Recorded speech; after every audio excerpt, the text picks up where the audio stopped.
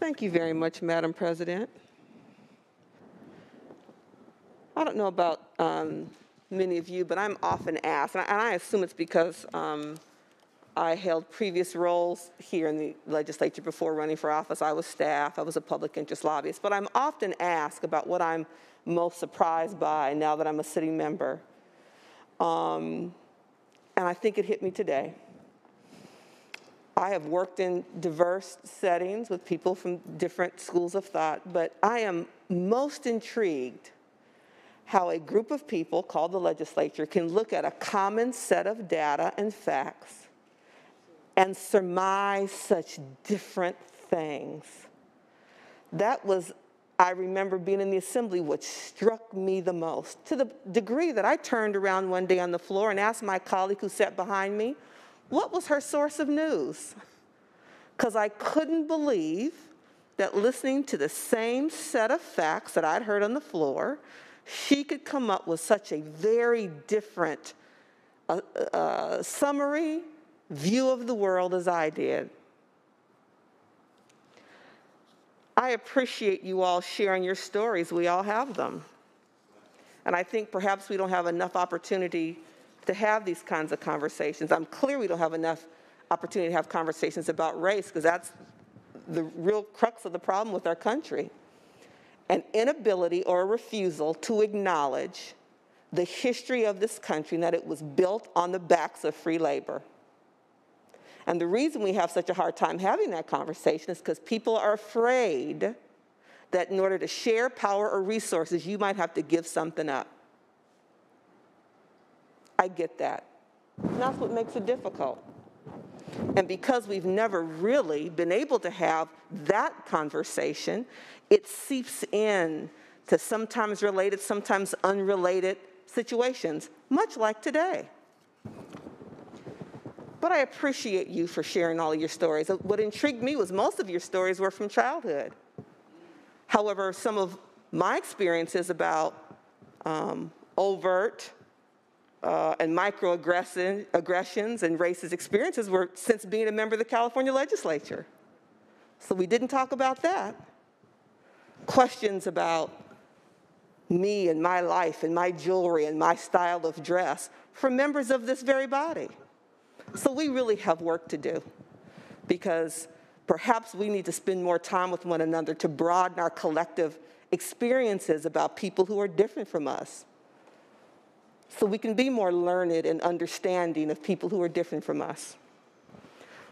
When many people talked about their experiences of being the only person in the room, I was reminded of an amazing interview I saw once, conducted by Charlie Rose, when he interviewed Toni Morrison, Pulitzer Prize-winning author. And Charlie kept probing. He was really curious about what her life experience had been, particularly in the literary world, often a very elite world where she had been a publisher. And he kept pushing and he kept pushing, and she said, with such confidence and calm, without batting her eye, that those situations never bothered her because she was clear. She was intellectually superior to most of the people in the room half of the time. And Charlie was stunned. It never occurred to him. His perception was that she would feel less than or uncomfortable. And it was this moment in time where the both of them looked at each other and didn't understand the perspective of the other. It never occurred to her that she should feel less than, because she was clear that she was intellectually superior to most of the people in the room half the time. So I want to thank you all for taking the time to have this powerful conversation today. And I'd like to take a quick moment to direct everyone to the Senate floor analysis for this bill that was put together by our own consultants. And what's important, I believe, is on page 2 of the analysis. And it's that it puts Prop 209, passed in 1996, in a historical context that reminds us of what was going on in our state at that time.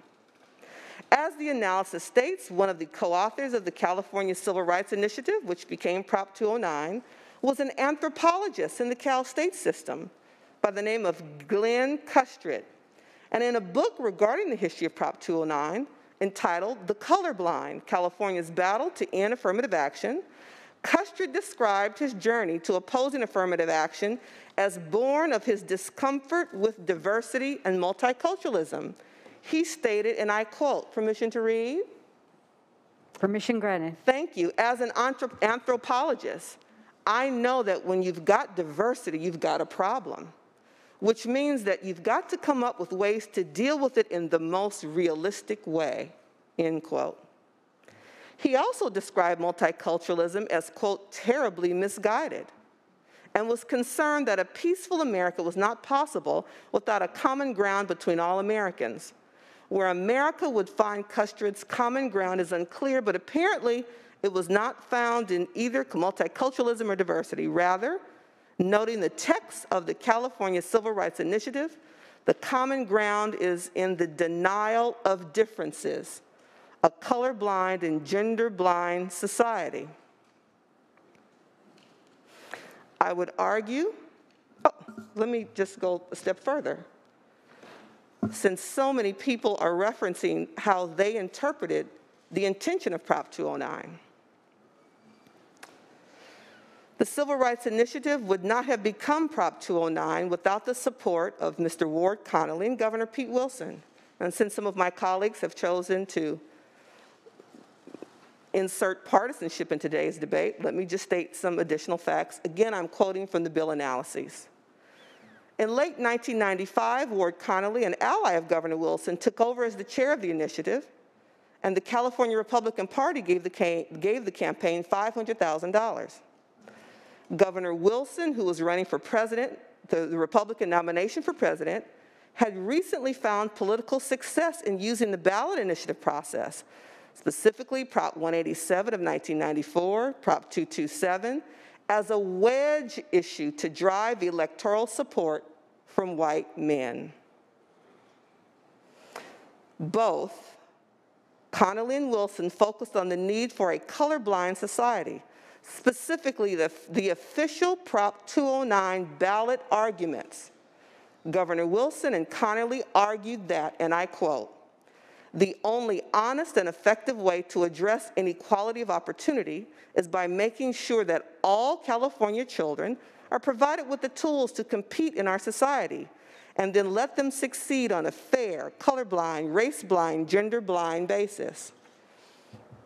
I would encourage all of you to take a look at some of the initiatives and the funding for public education and housing and healthcare that followed that period to see if indeed there was an effort to create equal opportunity for California's children following Prop 209 under Mr. Wilson's administration.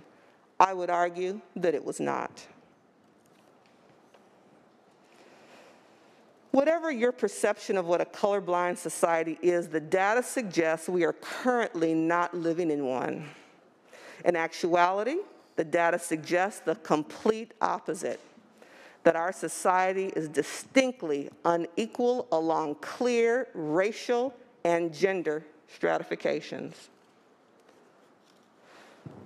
Let's be clear about myths versus fact. Myth, affirmative action is preferential treatment. Myth, affirmative action is no longer needed in America. Myth, affirmative action rewards the unqualified. Myth, it promotes the singular use of a race-based lens or quotas. And let's be clear, quotas were illegal under affirmative action pre-209. So the constant assertion that the passage of ACA takes us back to quotas is inaccurate. The real myth is that we have an equal playing field and that the most qualified people are the ones who get ahead. That's the myth.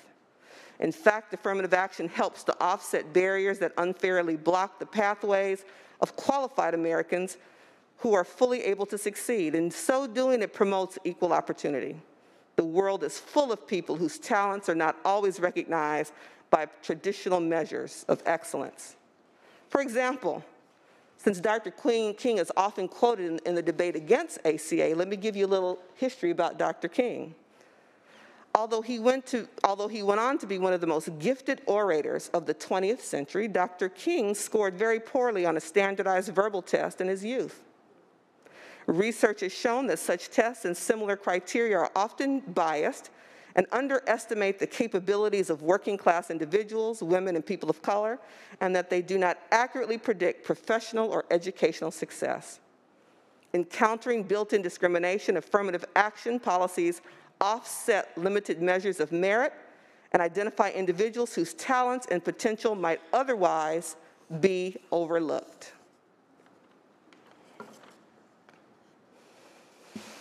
I know that my words and deeds may never change the minds of some. I know that because I can see it in your eyes. But the law has historically stepped up to right the wrongs of the past. So let's be clear about what repealing Prop 29 really means. Hiring more women to positions of leadership and investing in women-owned businesses, which are left out of billions of dollars in government contracts every year. Creating fair hiring practices in the state of California that give women, Latinos, and African Americans and other ethnic minorities access to public career jobs and good benefits. Closing the education achievement gaps among communities of color and ensuring our public colleges and universities can offer a diverse atmosphere that enhances learning and encourages mutual understanding. It allows us to recruit and train more teachers of color, standing up for California values against the racism and intolerance that many elected officials have used to divide our country. What your vote means today in supporting ACA 5 is that it will allow not just the 115,000 who have signed a petition in opposition to it, but it will allow the 40 million residents to have the opportunity to weigh in. I mentioned a couple of the initiatives that were during the same era with Prop 209, and I mentioned Prop 227, and I'll remind us that in 2016, our former colleague, now the insurance commissioner, brought that issue back to the floor to talk about the racist, anti-immigrant tenor in the state at the time when we could qualify an initiative and pass it with 60-some-odd% of the vote, an initiative that said English only to be taught in schools. Well, with 73% of the vote in 2016, that initiative was repealed. I would argue that the movement for social justice is not inevitable. Prop 209's initial passage should be evidence of that. So colleagues, we must be affirmative in the actions we take to bend the arc towards justice. I appreciate the full debate today, and I'm urging your full support of ACA 5. Thank you for the opportunity.